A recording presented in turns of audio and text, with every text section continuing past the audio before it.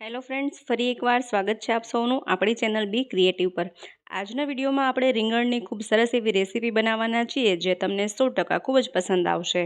તો એ માટે વિડીયોમાં એન્ડ સુધી બન્યા રહેજો। વિડીયો પસંદ આવે તો વિડીયોને લાઇક કરી ચેનલને સબસ્ક્રાઈબ પણ જરૂરથી કરજો। ચાલો શરૂ કરીએ વિડીયો। રેસીપી બનાવવા માટે અહીં મેં નાની સાઇઝના રીંગણ લીધેલા છે। ત્યાર પછી રીંગણ પર ડીટા પર જે આ છાલવાળો ભાગ આવતો હોય તે કાઢી નાખવાનો છે। અહીં આપણે પૂરેપૂરા ડીટા તેમાંથી નહીં કાઢી નાખીએ। મિત્રો, તમે ભરેલા રીંગણનું શાક તો ઘણી વખત બનાવ્યું હશે, પરંતુ જો રીંગણની એક વખત આ રીતે રેસીપી બનાવશો તો દર વખતે આ રીતે બનાવવાનું જ પસંદ કરશો, એટલું સરસ બને છે। ત્યાર પછી હવે આ રીંગણને સારા પાણીએ ધોઈ નાખવાના છે। રીંગણ ધોવાઈ જાય ત્યાર પછી તેને કોરા કાપડ વડે લૂછી લઈએ।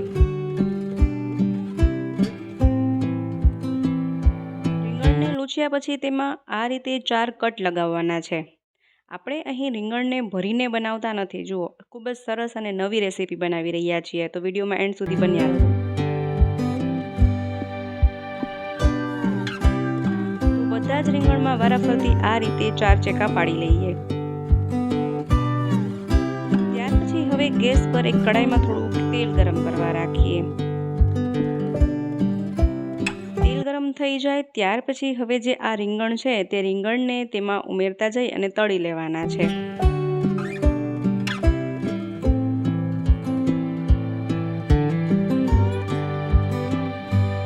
અહીં આપણે આ રીંગણને પૂરેપૂરા 100% તળવાના નથી। બ્રાઉન કલરના થવા લાગે 80% જેટલા પાકી જાય ત્યાં સુધી તેને તળીશું।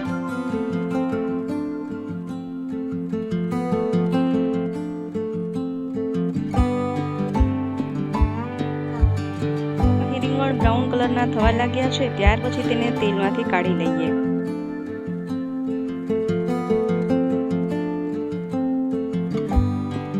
હવે તેને થોડીવાર સાઈડમાં રાખી દઈએ, ત્યાં સુધી આપણે મસાલાની રેસીપી રેડી કરી લઈએ। એના માટે એક મિક્સર જાર લઈએ અને તેમાં અડધી વાટકી સિંગદાણા ઉમેરીએ અને 4 થી 5 ચમચી જેટલા સફેદ તલ ઉમેરીએ। હવે બંને વસ્તુઓને સરસ રીતે પીસી લેવાનું છે।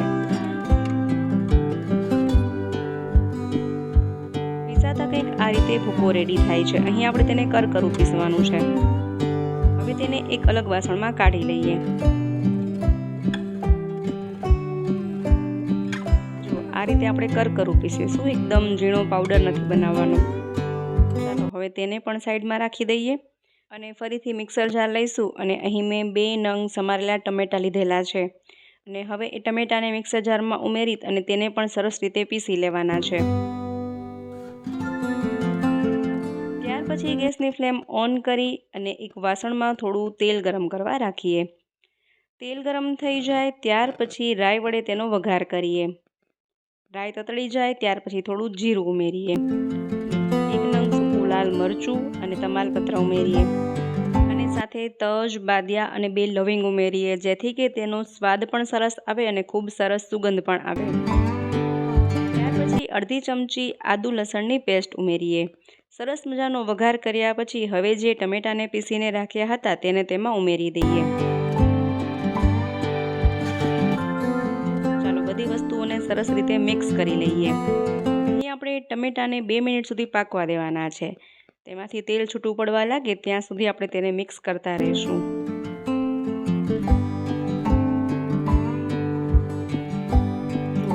અહીં તેલ છૂટું પડવા લાગ્યું છે ત્યાર પછી તેમાં દરેક મસાલા ઉમેરી દઈએ। તો અહીં 1 ચપટી હળદર પાવડર, 1 નાની ચમચી મરચું પાવડર, થોડું ગરમ મસાલો, સ્વાદ પ્રમાણે મીઠું અને થોડું ધાણા જીરું ઉમેરીએ અને બધી વસ્તુઓને સરસ રીતે મિક્સ કરી લઈએ।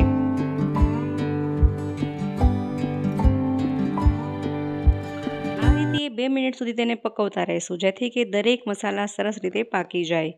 જો ઘરમાં તીખું ખવાતું હોય તો એક્સ્ટ્રા લાલ મરચું વધારે પણ ઉમેરી શકો છો।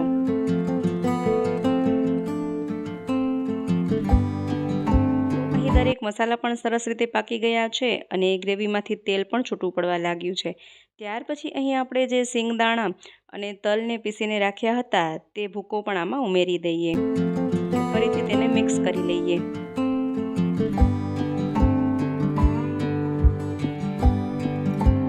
તેમાંથી પણ સરસ તેલ છૂટું પડવા લાગ્યું છે। ત્યાર પછી હવે અહીં મેં ગાંઠિયાનો ભૂકો લીધેલો છે। થોડા ગાંઠિયાને ખાંડણીમાં આ રીતે ખાંડી નાખ્યા હતા। ગાંઠિયા ન હોય તો તમે ચણાના લોટનો પણ ઉપયોગ કરી શકો છો। સરસ રીતે તેને પણ મિક્સ કરી અને પકાવવા દઈએ। ત્યાર પછી અહીં આપણે તેમાં 1 કપ જેટલું પાણી ઉમેરીએ અને ફરીથી બધી વસ્તુઓને સરસ મિક્સ કરી લેવાની છે અને પાણીને ઉકળવા દઈએ।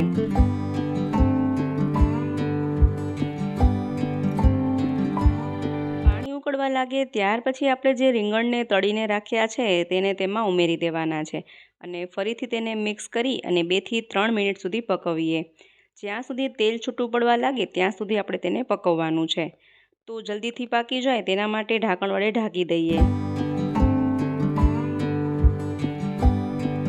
તો અહીં 2 થી 3 મિનિટનો સમય થયો છે। ત્યાર પછી ચેક કરી લઈએ કે સરસ રીતે બધી વસ્તુ પાકી ગઈ છે કે નહીં। તો જુઓ આમાંથી તેલ પણ અલગ પડવા લાગ્યું છે અને સરસ મજાની રેસીપી બનવા લાગી છે। ફરીથી તેને મિક્સ કરી લઈએ। જુઓ અહીં શાકમાં સરસ મજાની ઘટ્ટ ગ્રેવી પણ બની ગઈ છે અને તેલ પણ છૂટું પડવા લાગ્યું છે। ત્યાર પછી તેનો સ્વાદ બમણો કરવા અને અસલી કાઠિયાવાડી સ્વાદ આવે એ માટે અહીં આપણે તેમાં થોડું દહીં મિક્સ કરીએ। તેનાથી ખૂબ જ સરસ સ્વાદ આવે છે, અસલી કાઠિયાવાડી ટેસ્ટ આવે છે।